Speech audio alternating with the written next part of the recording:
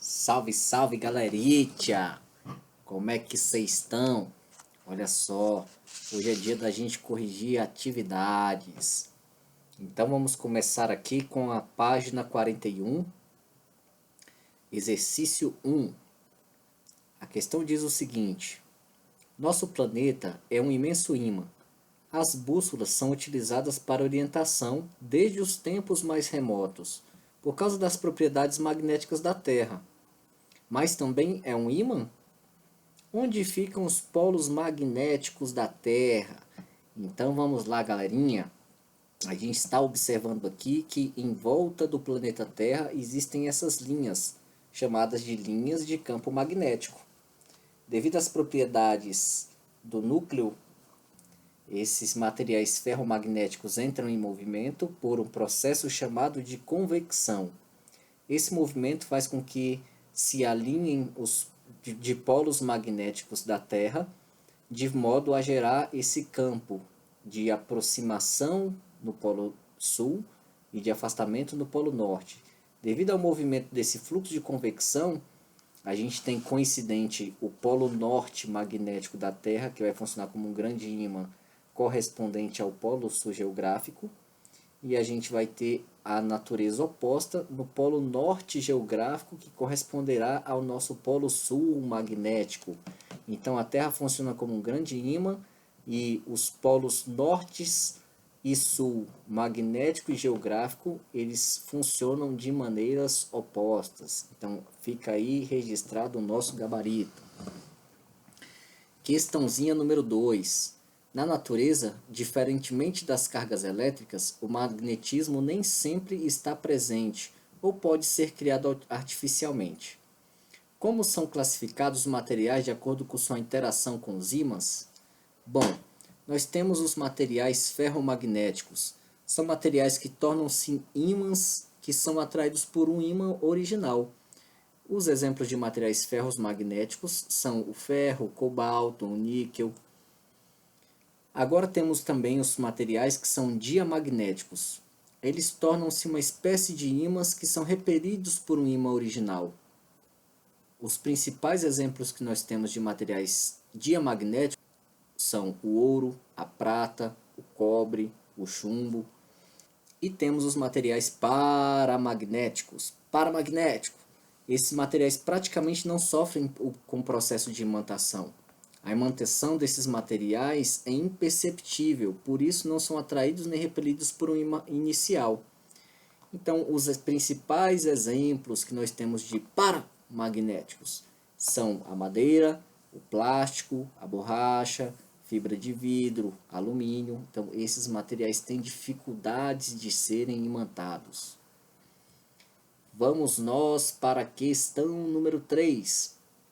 A figura mostra um ímã permanente cujo polo está para o topo da página e o sul para a base. Assinale a alternativa que corresponde ao que ocorre quando esse ímã é partido ao meio. Então vamos lá, inicialmente. Quando eu corto esse ímã ao meio, eu vou perceber que lá em cima, eu vou ficar com a polaridade norte, seguindo a lógica do que vinha acontecendo já no ímã. Mais próximo da polaridade sul, nesse mesmo ímã, na parte de baixo vai ficar a parte sul. E agora no sentido contrário aqui no ímã de baixo, a gente vai ter que a parte do polo norte estará voltado para cima, próximo de onde era norte antigamente. E a polaridade sul vai seguir aqui apontado para abaixo da nossa folha. Então vamos às opções. Ele me diz no item A: cada metade corresponde a um novo ímã. Realmente, isso até aí é verdade. Com polos norte e sul, no mesmo sentido do original, norte para o topo da página. Então, olha só, ele me diz que os dois ímãs vão ficar com o polo norte para a ponta da página. Então, implica dizer que esse item de cara já está correto, certo? Vamos testar os outros. Item B. Cada metade corresponde a um outro ímã. Até aí tudo bem. Com polos norte e sul, ambos com sentido contrário ao do original, negativo. Aqui a gente vai seguir a mesma ordem do ímã original. Item C. Cada metade corresponde a um novo ímã com polos norte e sul, sendo a parte superior com norte para o topo da página e a inferior com o norte para a base da página. Está errado porque a parte inferior ficará sul da parte de baixo do ímã. Item D. Cada metade corresponde a um novo ímã com polos norte e sul, sendo a parte superior com o norte para a base da página. Opa, aí já deu errado, porque o norte do ímã superior ficará para a parte de cima da página. E item E. Uma metade terá apenas polaridade norte e outra apenas polaridade sul. E a gente já viu que os ímãs só funcionam em dipolos. Então, naturalmente, nós teremos que cada ímã será transformado em 2 outros polos, ok? Porque não podemos separar os dipolos magnéticos. Questão número 4.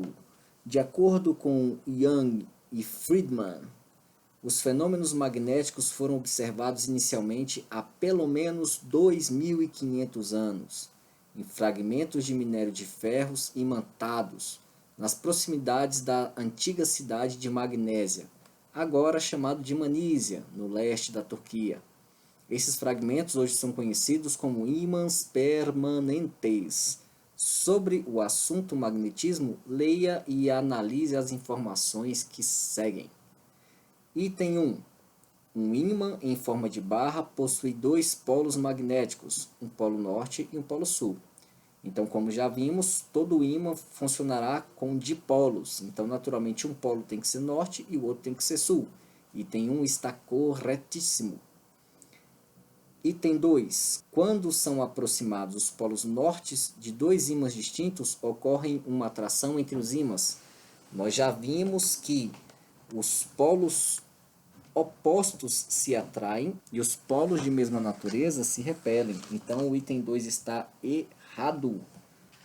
Questão 3. Quando são aproximados os polos norte e sul de 2 ímãs distintos, ocorre atração entre eles. Exatamente, os polos opostos se atraem. Acabamos de falar sobre isso. E o item 4. Quando o ímã permanente possui uma forma de barra, podendo girar livremente, ou seja, sem atrito, sem nada atrapalhar, uma de suas extremidades aponta para o norte magnético. Exatamente assim funcionam as bússolas. A alternativa correta traz para a gente corretamente os itens 1, 3 e 4. Sendo assim, iremos de item B. Tá ok? Questão número 5. Assinale a opção correta. A. Ao cortarmos o ímã ao meio, dividiremos o polo norte do polo sul, ou seja, criaremos monopolos magnéticos. E o item está errado porque se a gente dividir o ímã, a gente vai criar dipolos magnéticos, certo? Item B. Um ímã é formado por cargas positivas e negativas. As cargas positivas são chamadas de polo norte e as negativas de polo sul. Não tem nada a ver uma coisa com a outra, meu brodezinho. A gente sabe que os ímãs não recebem nominação de positivo e negativo.